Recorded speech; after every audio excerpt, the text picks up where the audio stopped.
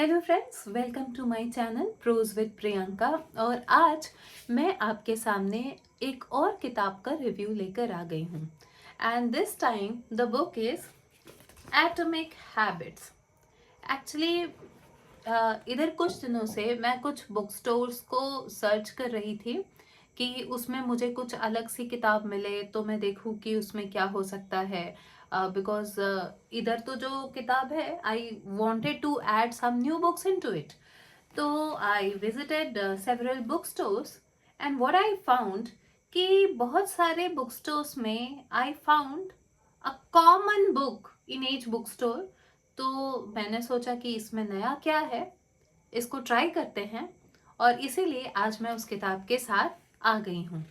The किताब is the book is atomic habits by James clear. तो international best seller है ये किताब और मैंने इसको बहुत सारे बुक स्टोर्स में देखा। रेलवे प्लेटफॉर्म्स की जो बुक स्टोर्स होती है वहाँ भी देखा। तो मैंने सोचा what's so interesting in it, let's find out.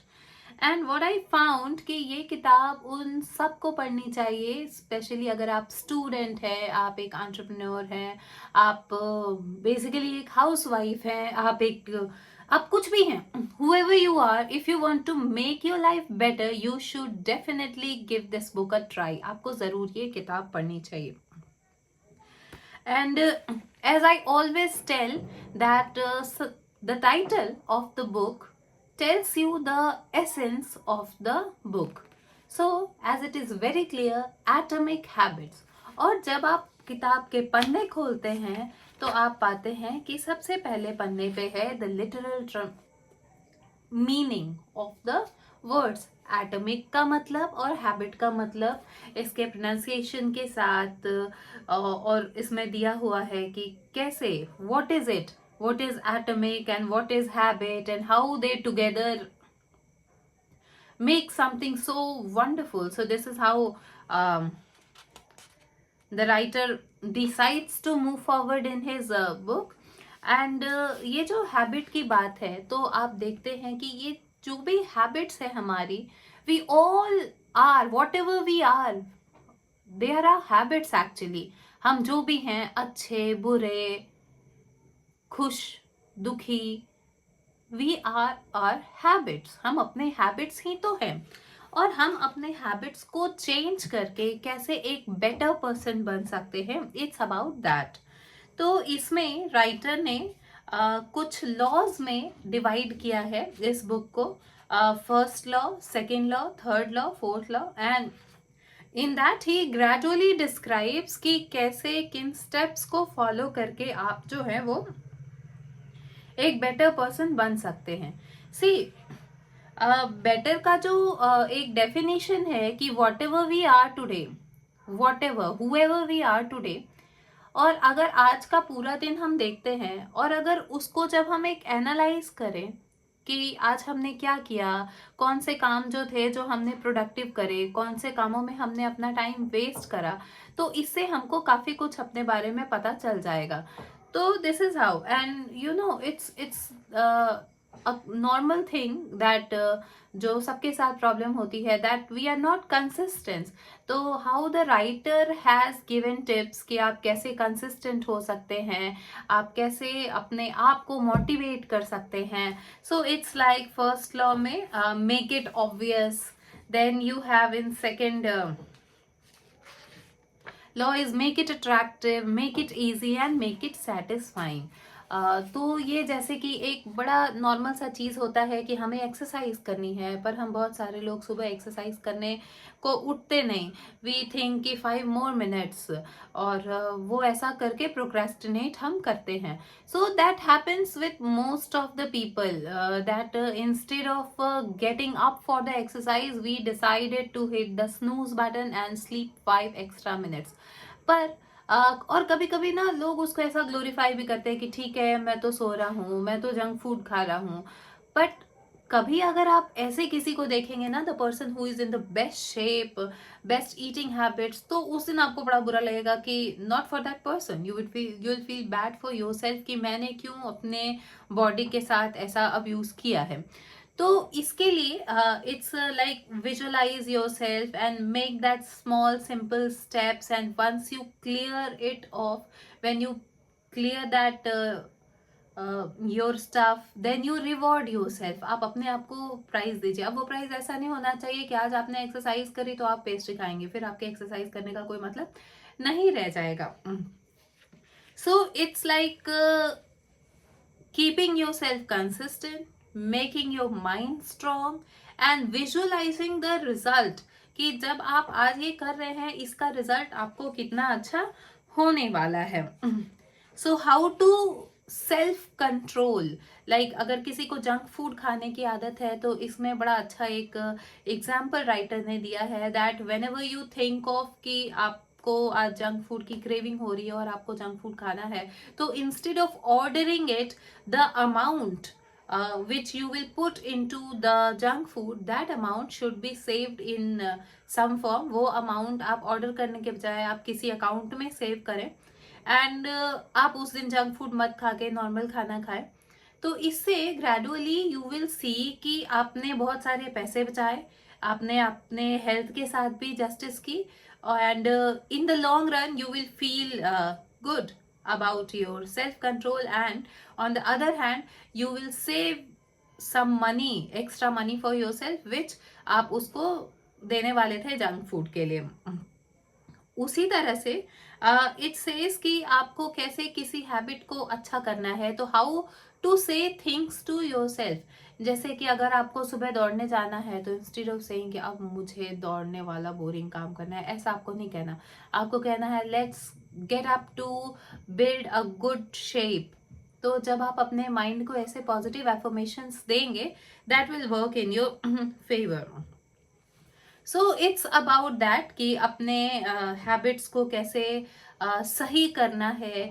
अगर किसी को पढ़ने की हैबिट है पर वो ज़्यादा टाइम पढ़ नहीं पाता, तो how to increase your attention span, how to focus more, आप अपने आप के ऊपर ज़्यादा ध्यान कैसे दे सकते हैं। Choosing the time which suits you for study, suppose whenever you are more awake, use that time to study.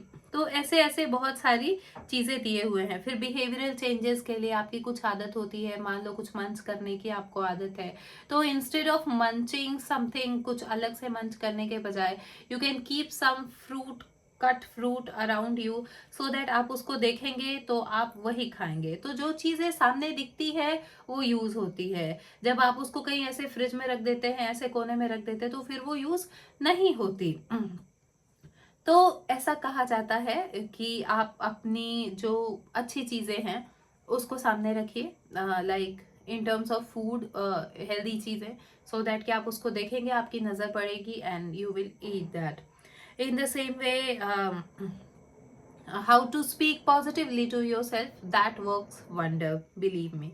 And in the end ये सारी तो हैबिट्स की बात हो गई। And like always I have got some, sorry मेरी आवाज़ जो है वो अभी इस मौसम में थोड़ी खराब हो गई है, तो ये जो कुछ लाइंस जो है इसमें मैंने हमेशा की तरह आपके लिए फोल्ड करके रखा है, and I am going to tell you that. So there is this line, when the moment of decision arrives, instant gratification gradually wins, usually wins। जैसे कि मैंने आपको बोला कि जब डिसीजन मेकिंग का टाइम आता है ना, तो हम सोचते हैं कि छोड़ो एक दिन से क्या हो जाएगा, आज हम एक दिन एक्स्ट्रा सो लेते हैं, हम कल से ऐसा करेंगे, या आज के लिए हम छोड़ देते हैं, पढ़ते नहीं हैं, हम कल पढ़ेंगे। तो जब हम ऐसे सोचते हैं ना, तो you are not no longer making a choice for future. You who dreams of being a fitter or wealthier or happier, you are choosing for present. You who wants to be full, pampered and entertained. As a general rule, the more immediate pleasure you get from an action, the more strongly you should question whether it aligns with your long-term goals. आपको जो immediately हमको rewarding है, आप उस चीज से पूछिए कि क्या ये मेरे गोल के लिए काम करने वाला है। If not, don't go for it. So it's that. So ये तो एक हो गया। Then there is this another line. See what's the difference between the best athletes and everyone else? जो सबसे बेस्ट एथलीट है और बाकियों में क्या फर्क है? What do the really successful people do that most don't? Successful people क्या करते हैं जो बाकी नहीं करते? He mentioned the factors you might expect: genetics, luck, talent, but then he said something I wasn't expecting. At some point, it comes down to who can handle the boredom of training every day, doing the same lifts over and over. ये talent, genetic, luck चीज़ें तो होती है, पर एक bottom line ये भी है कि जो हमेशा प्रैक्टिस करता है, at some point that person wins. No matter how boring it seems, if you have the courage to get it done every day, even though it seems very boring to you, eventually that thing will get to you. आप उसको ज़रूर पाएंगे successfully, happily. Then we have this next. ये जो है ना, ये मुझे पूरे किताब में ये एक बेस्ट लाइन लगी जो मैं आपको बताना चाहती हूँ. Sorry for this. Men are born soft and supple, dead they are stiff and hard. Plants are born tender and pliant. Dead they are brittle and dry. Thus, whoever is stiff and inflexible is a disciple of death. Whoever is soft and yielding is a disciple of life. The hard and stiff will be broken, the soft and supple will prevail. And it's by Lao Tzu. So the essence of this poem is that हम जब पैदा होते हैं हम बड़े soft से होते हैं, और जब हम बुढ़े हो जाते हैं हम बड़े रफ रिजिड हो जाते हैं. Same goes with our mind. हमें अपने माइंड को फ्लेक्सिबल रखना है, क्योंकि the moment we get stiff here, the moment things start to downgrade, वहां से चीजें जो है वो गड़बड़ होनी शुरू हो जाती है. तो that is what it says. Habits deliver numerous benefits, but the downside is that they can lock us into our previous patterns of thinking and acting, even when the world is shifting around us. Everything is impermanent. Permanent तो कभी कुछ भी नहीं है. Life is constantly changing. So, you need to periodically check in to see if your old habits and beliefs are still serving you.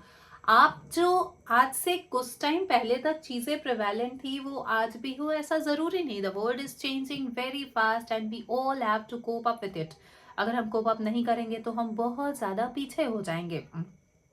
A lack of self awareness is poison. Reflection and review is the antidote.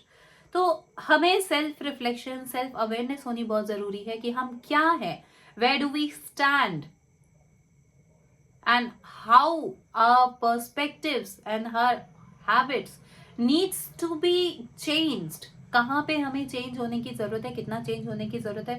अगर ये self awareness हमारे पास है तो फिर no one can beat us.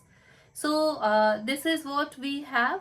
And last में हम देखते हैं कि ये 4 लॉज का जो है वो एक रिव्यू करके, एक टेबुलेटिंग फॉर्मेट में करके राइटर ने डिस्क्राइब किया है. So it's a very wonderful book and I would suggest कि ये सबको पढ़नी चाहिए. बहुत ही इजी लैंग्वेज में लिखी हुई किताब है एंड इट्स वेरी इंगेजिंग. कई बारी आपको चीज़ें ऑब्वियस लगेगी, क्योंकि ऑब्वियसली अच्छी बातें तो कुछ सिलेक्टेड चीज़ें ही होती है जो बार बार कही जाती है, पर उसको करना is important and how to make that interesting is written in this book.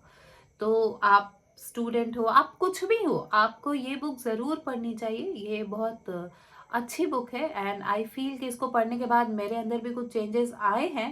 And उसमें से अगर 4-5 चेंजेस भी मैं अपने आप में कर लेती हूँ तो I would definitely like my life would be worth living.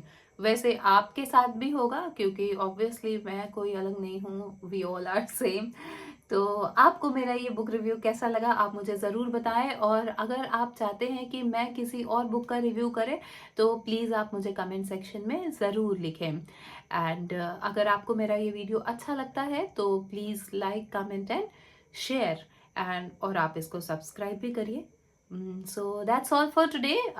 I'll see you in my next video. Till then, take care. Bye.